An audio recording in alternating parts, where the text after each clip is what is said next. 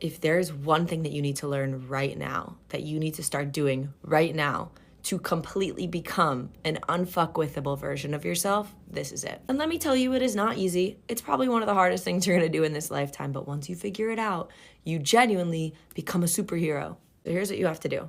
You need to learn how to become completely and utterly non-reactive and to take nothing in this life personally. That does not mean you don't get to have strong opinions. That does not mean you don't get to have clear values and boundaries, but it means that you know and understand that defensiveness comes from insecurity.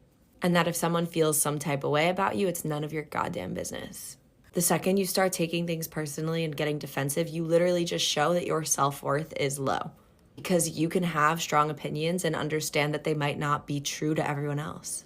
And vice versa, just because someone else believes something else doesn't mean you have to believe it too. But a strong, secure person can hear someone else's opinion, can hear someone else's beliefs and say, cool, that's true for you, not true for me. We don't have to agree. We have our own opinions and that's great. It's literally one of the most magnetic energies you're ever gonna get into, and no one can fuck with you if you don't care. I'm telling you, try practicing this and your life is going to transform in so many ways. Honestly, a pro-life tip that I would literally tell all of the girls, whether you consider yourself a baddie or you don't, focus on you until the focus is on you. Don't hyper fixate on what someone else have going on. Sit and really figure out what your personal style is. Sit and really figure out what hair color you want to do next. Be self-centered.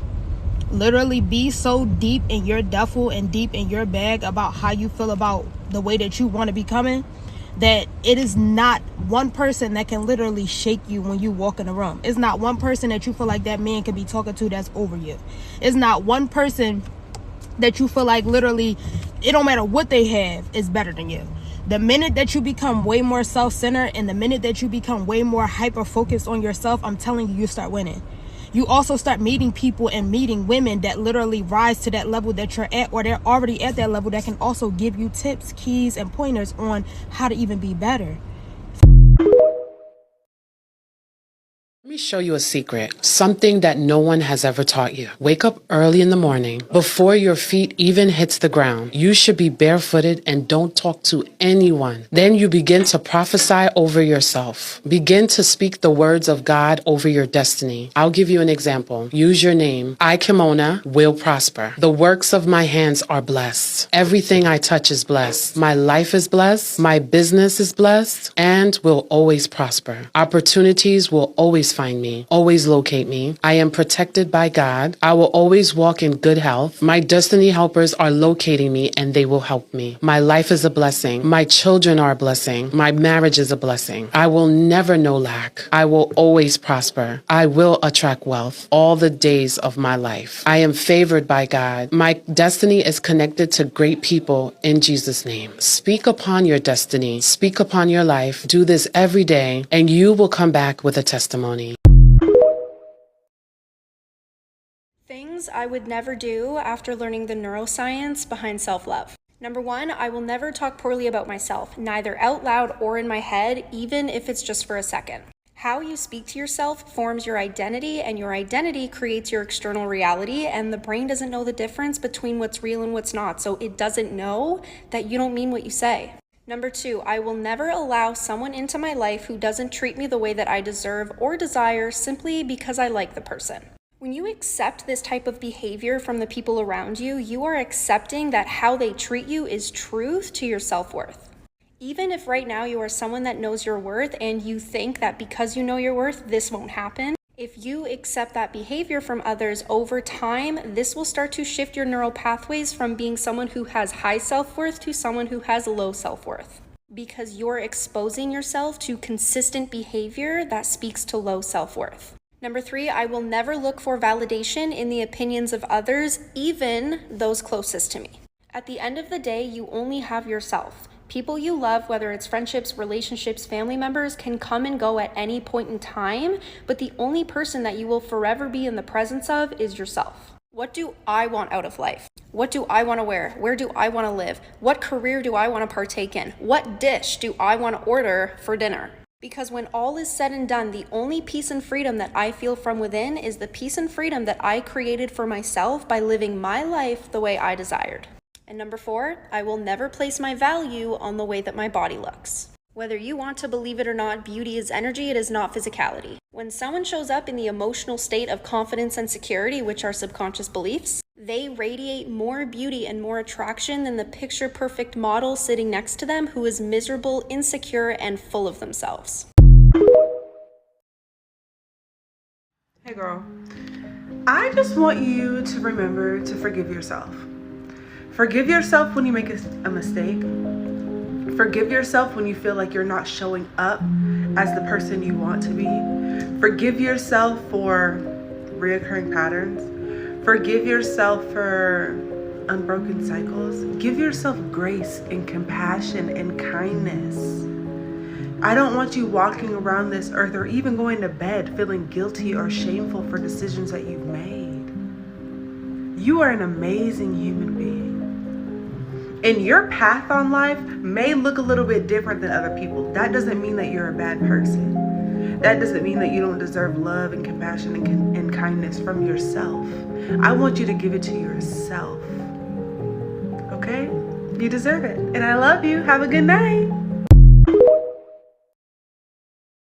I suggest that you get up in the morning and the first thing you do is you go to the mirror. Before you go to the bathroom or do anything, when you're really at your most delightful, go to the mirror and say, I love you.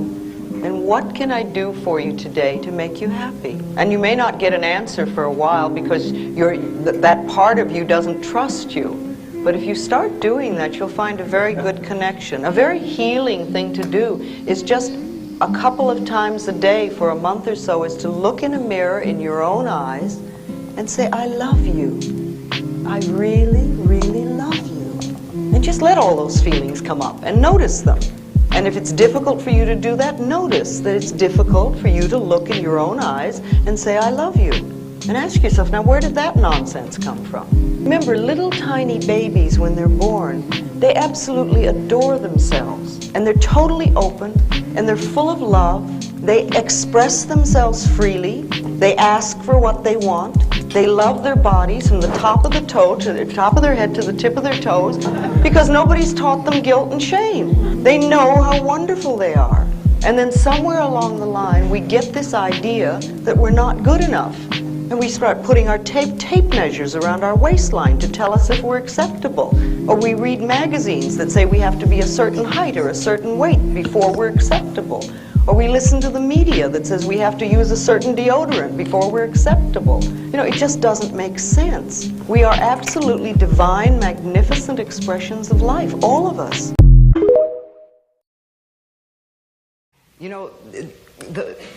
So many people ask me about how to love yourself. How do you love yourself, Louise? Because I talk about it all the time. So I made a list of how to love yourself. And it's even in poster and postcard form now. But number 1 on that list of how to love yourself is to stop all criticism. Just stop it, now and forevermore. And make a vow to yourself that you're going to do your very best from now on to stop criticizing, number 1, you, and then other people.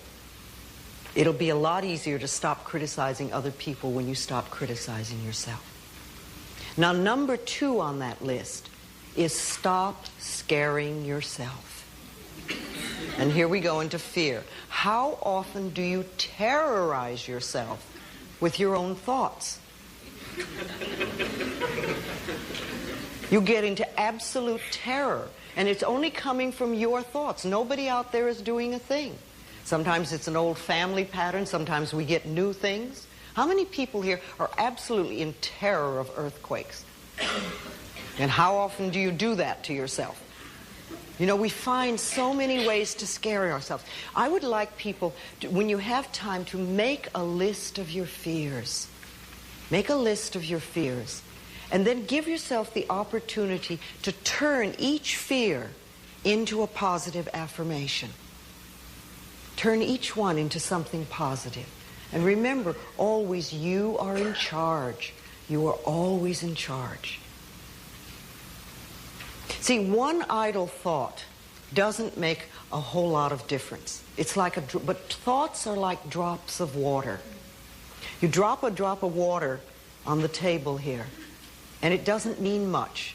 But if you keep dropping and keep dropping and keep dropping, you get the table becomes a wash, and then you get a puddle on the floor, and then you can get a little pond and a lake, and finally you can create an ocean.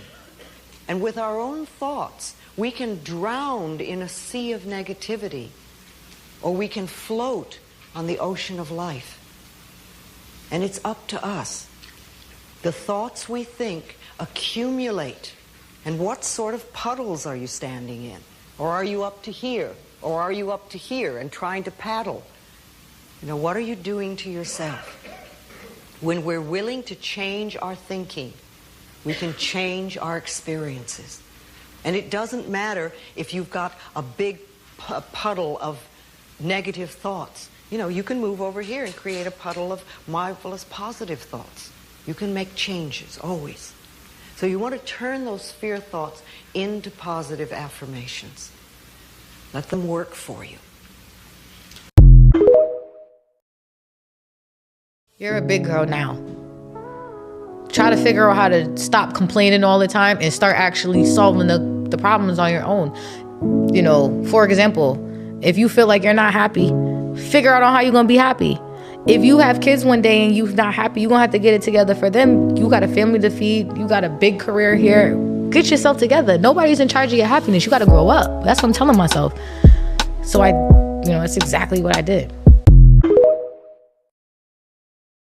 I am not defined by someone else's expectation of me.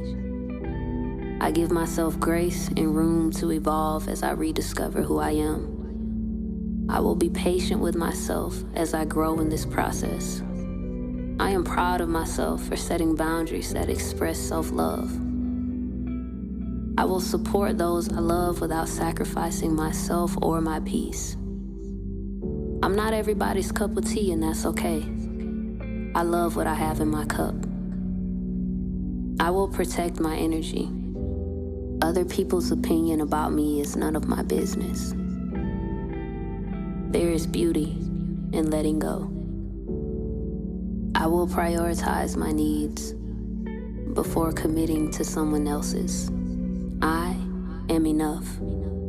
I am worthy of love and acceptance. I will surround myself with people who have my best interests at heart. Everything I need to feel loved is inside of me. I accept myself. I see myself. I choose myself. So, at the end of last year, I decided I wanted to work on my physical appearance. Because I've been getting a lot of compliments, and I really am appreciative of it because I've been very intentional. So, at the end of last year, I decided I wanted to do 3 things. I want to learn how to do makeup, my own makeup, just a soft glam. Nothing too crazy. You know what I'm saying? Nothing too crazy, you see. But I don't have to pay girls $150 every time I want to step out. Cool. I also decided I wanted to lose some weight. I lost 25 pounds.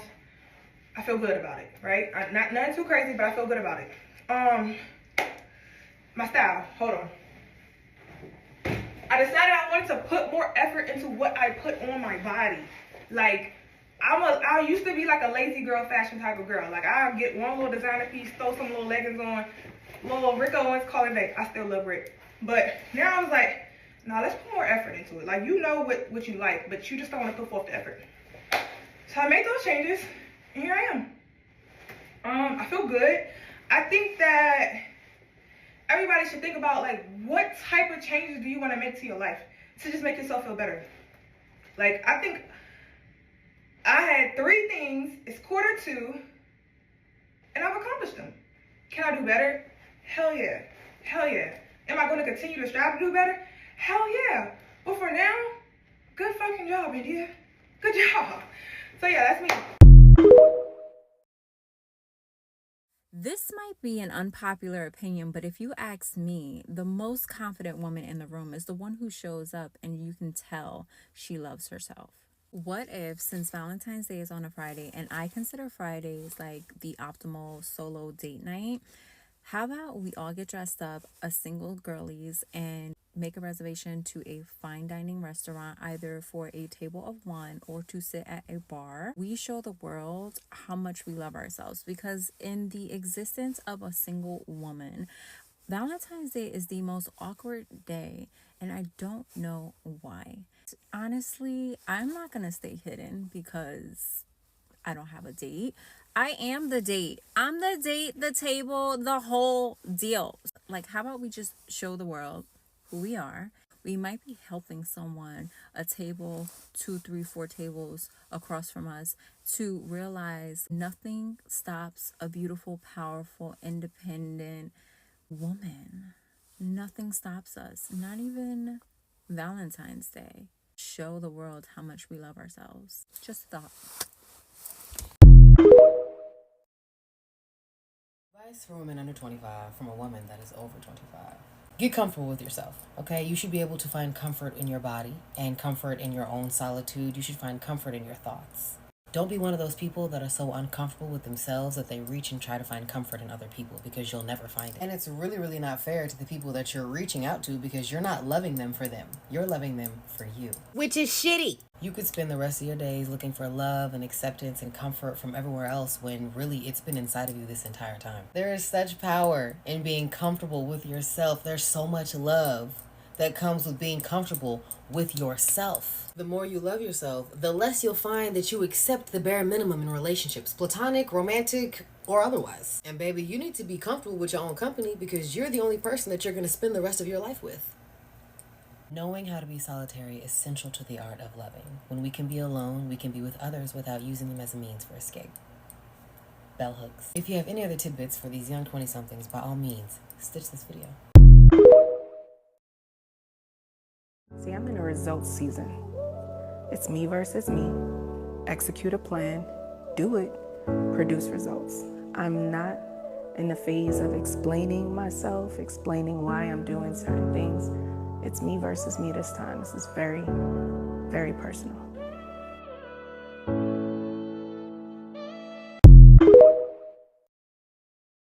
Let me tell y'all a secret. When a woman decides that she wants to do better and love herself more, she will. Okay? No matter who's talking, whether it's a woman or a man. It's all up to the woman herself to say, I'm going to wake up and I want to do better. If you seek approval from anybody else except for yourself, you'll never get to this point. That's why no matter who says it, if you're trying to impress someone, you're never doing it for the right reason unless you're trying to impress yourself. The difference between me and some other people is I teach you to impress yourself, not other people. I teach you to level yourself up, become out of their league, to put yourself first as a priority. Not everybody taught that. If you're going to down people and tell them to do better, you got to tell them how. Okay? Because if you don't get the full package, you're going to be missing some parts. If you're going to do something for yourself, not for men.